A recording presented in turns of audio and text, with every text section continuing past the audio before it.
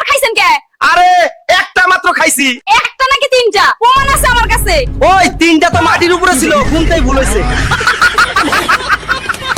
এই শুনেন, আমার ভেজা ওন্না শুকাইতে দিছিলাম, কে আমার উল্টায় দিল? আমি না। বাতাসেই উল্টাইছে মনে হয়। তোমারে বললাম ওই হাড়িটা ধুইতে, শুনলা না? আরে আমি তো ভাবলাম হাড়িটাই রাগ করে আছে। ওরে বাপরে। শুনেন, পিঠাটা কে খাইলো? ও আমি এইমাত্র বানাইলাম। আমি না, বিড়াল খাইছে মনে হয়। বিড়ালের গায়ে কি আতর লাগে নাকি? একটু টেস্ট করছিলাম। এই টেস্টার সাহেবকে ধরো কেউ।